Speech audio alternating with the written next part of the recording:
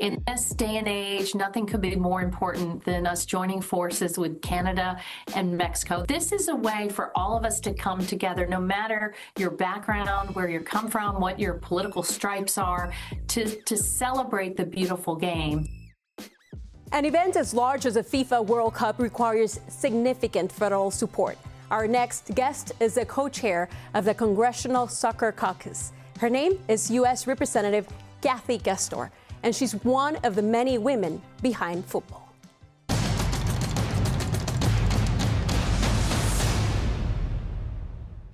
In the Women Behind Football, we're introducing you to the women with the coolest jobs helping shape the 2026 FIFA World Cup.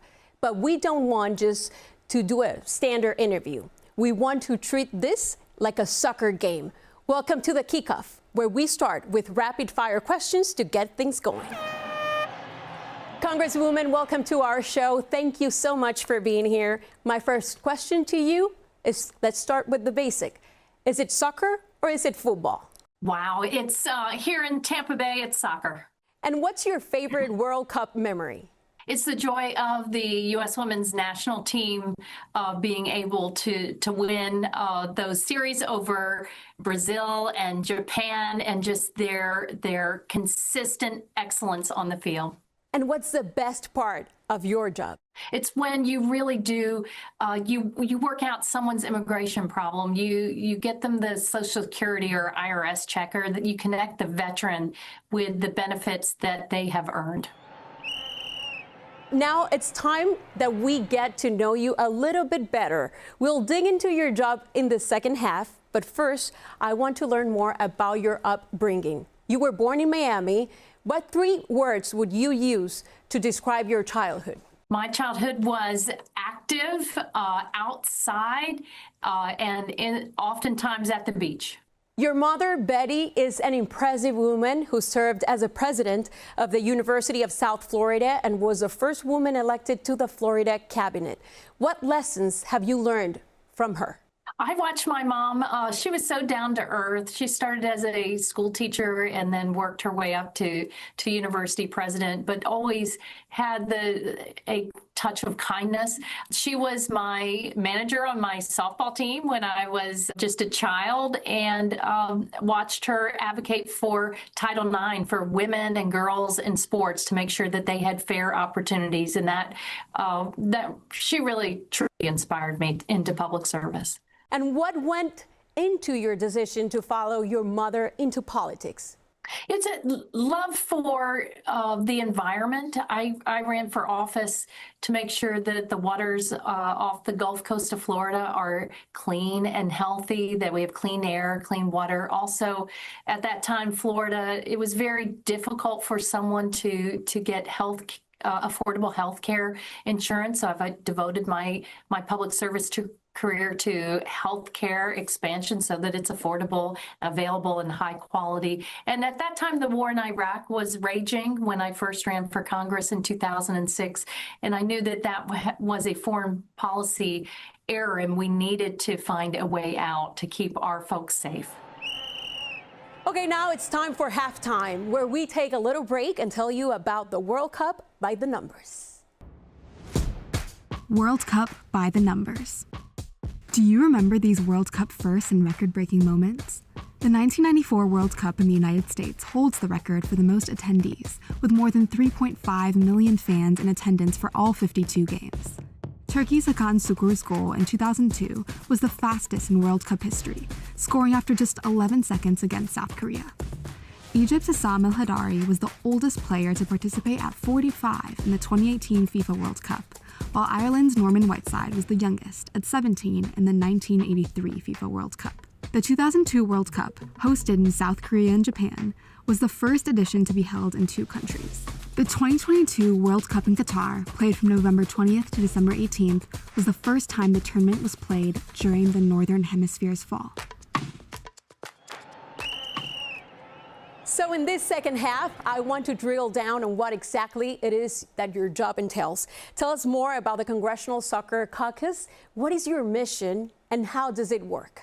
In the United States Congress, there is a bipartisan group of members who have come together to promote healthy and active lifestyles through soccer, the beautiful game.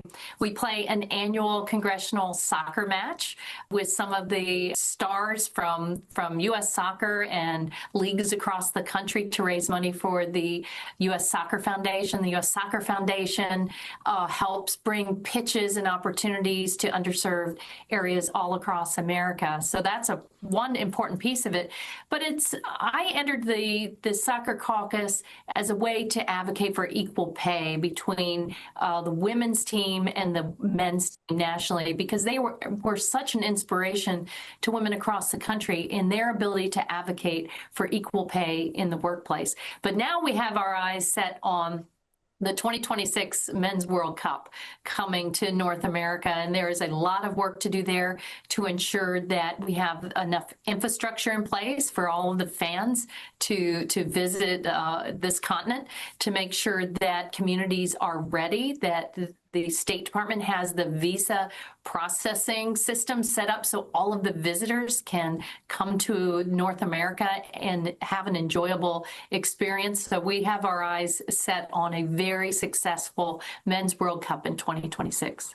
What role did the Congressional Soccer Caucus play in bringing the World Cup to North America in 2026? We have been very active in promoting the U.S. as a base host for the World Cup. And I think in this day and age, nothing could be more important than us joining forces with Canada and Mexico. There's so much out there right now. There's too much division. This is a way for all of us to come together, no matter your background, where you come from, what your political stripes are, to celebrate the beautiful game, to this wonderful competition. And now the largest World Cup in history right here in North America. So there's a lot of preparation that goes into this. And a lot of members of Congress now are coming into the Soccer Caucus because they want their communities. Some of these communities are host cities. Some are going to be base camps for these teams that will come from across the globe. Those players, the fans who will travel to America, we want them to have the best experience and feel welcome coming here to participate. Congresswoman, how are efforts going to bring the Women's World Cup back to North America?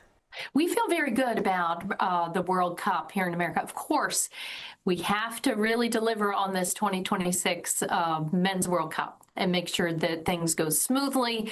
And we are the premier host that I know we're going to be across the country.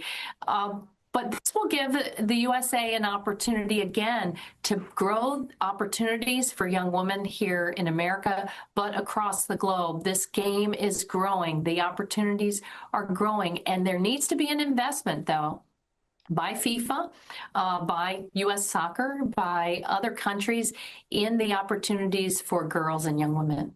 You're the only female co-chair of the Congressional Soccer Caucus. What does that distinction mean to you, and how have you advocated for equality in the sport? Playing sports as a girl, having two daughters that were both involved in sports, you just have this fundamental understanding of what being healthy and well and what those opportunities mean to play on a team and learn a skill. These are the important life lessons that you will carry on for decades to come. So I saw the Congressional Soccer Caucus as a way to advance equal rights for women and equal pay. And along with a number of U.S. senators, Republicans and Democrats, we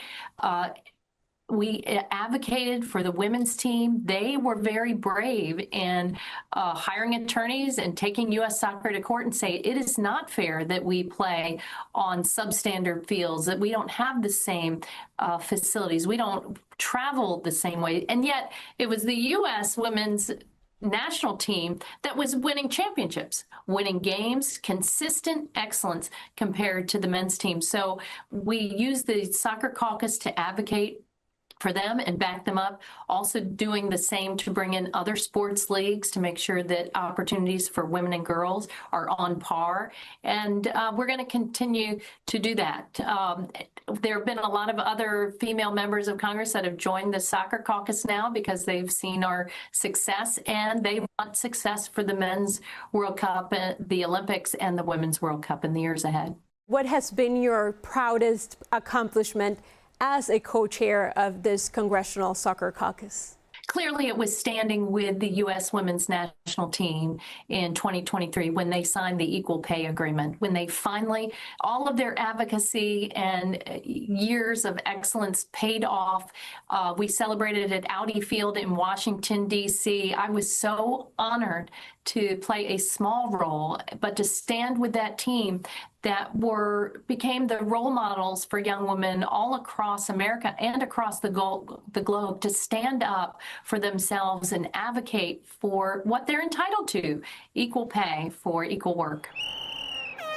So before we let you go, we have to do some overtime questions and do a little recap of your life. Which woman in your life has given you the biggest assist?